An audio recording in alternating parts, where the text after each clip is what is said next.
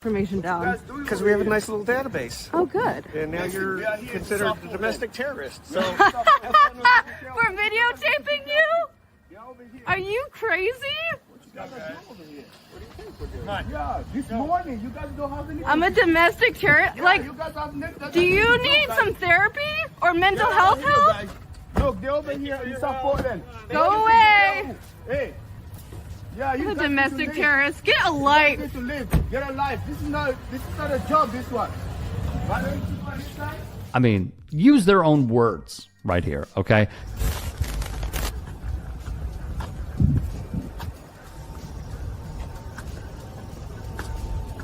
Hey.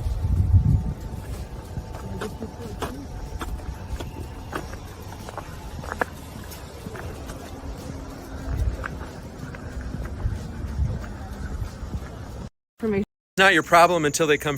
You think it's not your problem until they come for you. We've been reporting about the Memphis Safe Task Force. They're the ones that basically replaced the Scorpion unit after the death of Tyree Nichols. The feds are involved, the Border Patrol, DHS, state, local agencies. And last night in Memphis, they were at Club Legend. And reportedly, according to people over papers who posted this video, they were checking everyone's ID before they were allowing them to leave. Look at these guys outside. Look at this show of force. This is the same task force that killed 2 people in the matter of a week. It's not normal, and this is certainly what people in Memphis are now expected to be normal. Tell people y'all getting out of here. Y'all keep up this bullshit, we gonna be here. For what?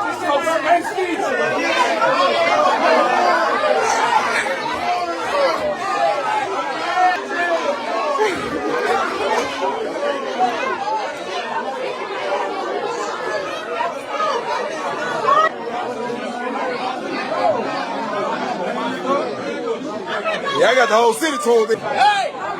Back up! Back up! Everybody back up! Back up! You got plenty of room.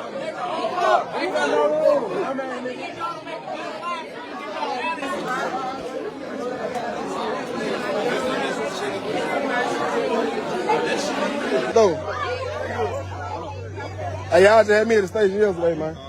Y'all just had me at the station yesterday, man. Y'all somebody out of the rise tonight. Come on, y'all just had me up there. Y'all just seized my BMW yesterday. I just acted fool up there yesterday. I know y'all, I'm good. I was just at Ridgeway Station yesterday. All day. Y'all stopped my car and everything. You was just at the scene yesterday. You the one that stopped me. The BMW X3. Come on now. You know I ain't got no warrant. Come on.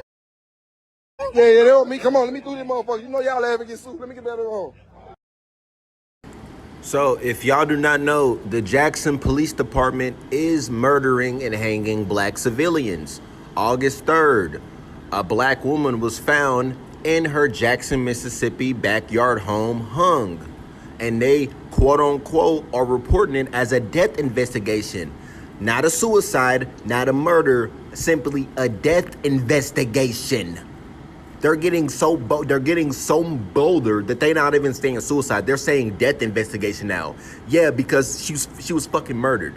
I need everybody in Jackson, Mississippi to wake the fuck up, especially the black people. They're arresting people that are states away, making fucking baseless threats against the people that did that shit to Nolan Wells and the governor. But yet, all of these lynchings that have been happening since 2020, that we have full proof of, that there are multiple police departments working across Mississippi doing this shit. Everybody that was in there, I'm at the neighborhood Walmart in San Jose, California. This is what it has become. I did not want to believe it. But it's happening. Does this look like your friendly neighborhood Walmart to you? Everybody needs to stand up for their rights and demand what the fuck are they doing up here? There's a storm coming and it can't be stopped. FEMA camps are being prepped in every major city. Superstores are being turned into death factories surrounded by razor wire. Mass graves are being set up across the country. These sites will become the final resting place for millions of Americans. So why isn't the news talking about this? What happens when you put FEMA camps and mass graves together? You get genocide. They are preparing a genocide, ladies and gentlemen. The footage doesn't lie. When are people going to wake up. People are seeing these death camps go up across the country. What you're looking at here isn't about Republican versus Democrat. It isn't about black versus white. It's about mass murder. And everybody out there is going to be a future victim. The ruling elite have made the situation perfectly clear. You are going to be eliminated. One way or another, they are coming for you. Today it's a silent war. They're poisoning the food, the air, the water. But in the days to come, this war is going hot. And when it does, they've got the infrastructure in place for a genocide. Everyone knows the end is near. They can see it for themselves. And this is what's going on in every major city. One way or another, this cult of death is going to make the Georgia Guidestones happen. Now, some people out there are clinging to the dream that somehow they'll be on the winning team. Repeat after me. You are not the 1%. You will not survive what's coming unless you begin waking up everyone around you. Quit letting the television control your mind. These people on television are not going to save you. Not one of them is talking to you about what you're looking at here. Instead, they're trying to divide us by selling us lies while plotting our demise. You've been living a dream, Neil, and that dream is about to become a nightmare. Companies like Google are about to spawn AI, Skynet, Terminators, and the like. It's going to be Judgment Day, and it's going to catch everyone by surprise. The TV is not your friend. They're selling you lies while plotting your demise. If you're listening to this, you are the resistance. Go back home. So they want to come as much that they're never just walking out of here feeling that they're going back onto the street. They work with them throughout the process here and help them adjust to this new world order that they're going to be living in after this. You found yourself in shelter here. Why are you outside during this entire hurricane? Well, I chose not to go inside yesterday because the Salvation Army and the Russian Wings homeless shelter where they were accepting people were caught killing everybody that was in there. At the where they were accepting people were caught killing everybody that was in there. We have this map that shows how the U.S. would be divided in the event of an emergency, if we can pull that up there. There it is. So this is how the U.S. will be divided into districts. You see 10 of them there. This is according to the National Emergency Center establishment. Can you describe what this map is? What exactly does that mean? I mean, it doesn't really make sense in terms of states as we know them. What is this classification system? What are the purposes? It doesn't look like the map that you and I saw in elementary school. Not at all. Effectively, the U.S. has been cordoned off into these different districts. And so these new emergency centers will be spread out throughout the United States in most of these eventually. And it gives FEMA and the Department of Homeland Security jurisdiction over what goes on in these places during a time of emergency. Okay, I want to go into because this act does make some specific examples, some exclusions, set some limitations, I should say.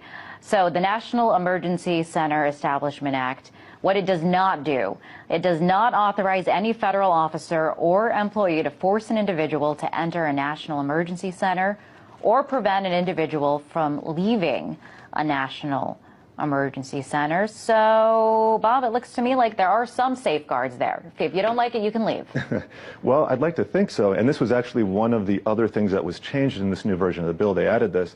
But if you read what they're saying, you know, federal officer or federal employee, that doesn't cover members of the military.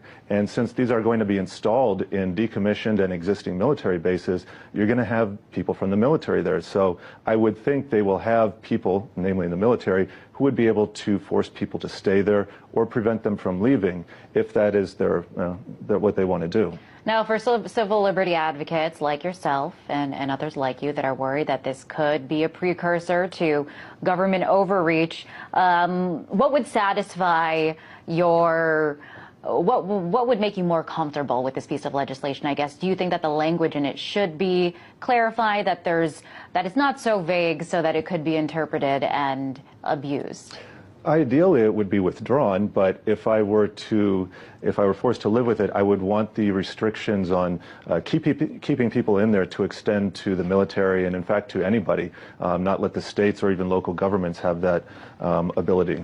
Okay, Bob, so we're talking about emergencies, we're talking about disasters, we're talking about chaotic situations where some order hopefully the goal there is to be established. And, you know, some are going to say desperate times call for desperate measures. So doesn't that ring true for natural disasters and cases like that? What do desperate people in the government do in those situations? Like I said, I think it's a slippery slope, and we don't really need people in power with these vast sweeping powers to begin with. Unfortunately, there's moral hazard involved here too, where people really don't take care of themselves anymore, plan for these emergencies when they have the federal government and other governments ready to step in. And we saw what a great job happened in Sandy and in Katrina. So, like I said, moral hazard. All right, Mr. English, very interesting, and thank you so much for weighing in. That was Bob English, civil liberties activist and blogger. Thank you.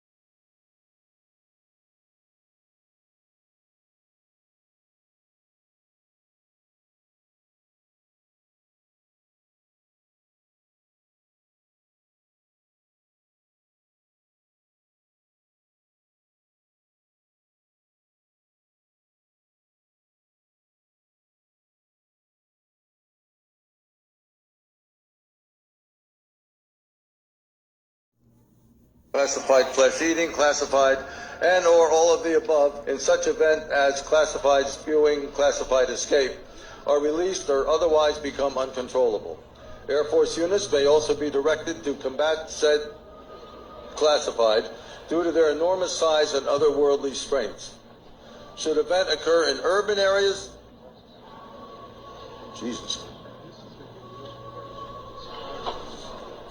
that's classified, far surpassing our darkest nightmares. Should casualties exceed, classified body disposal actions shall be halted and associated resources shall be reallocated to classified underground, classified protected birthing centers. A new Bill of Rights shall be drafted and approved by classified. Classified airborne, classified flesh eating, classified and... I think you all know that I've always felt the 9 most terrifying words in the English language are, I'm from the government and I'm here to help.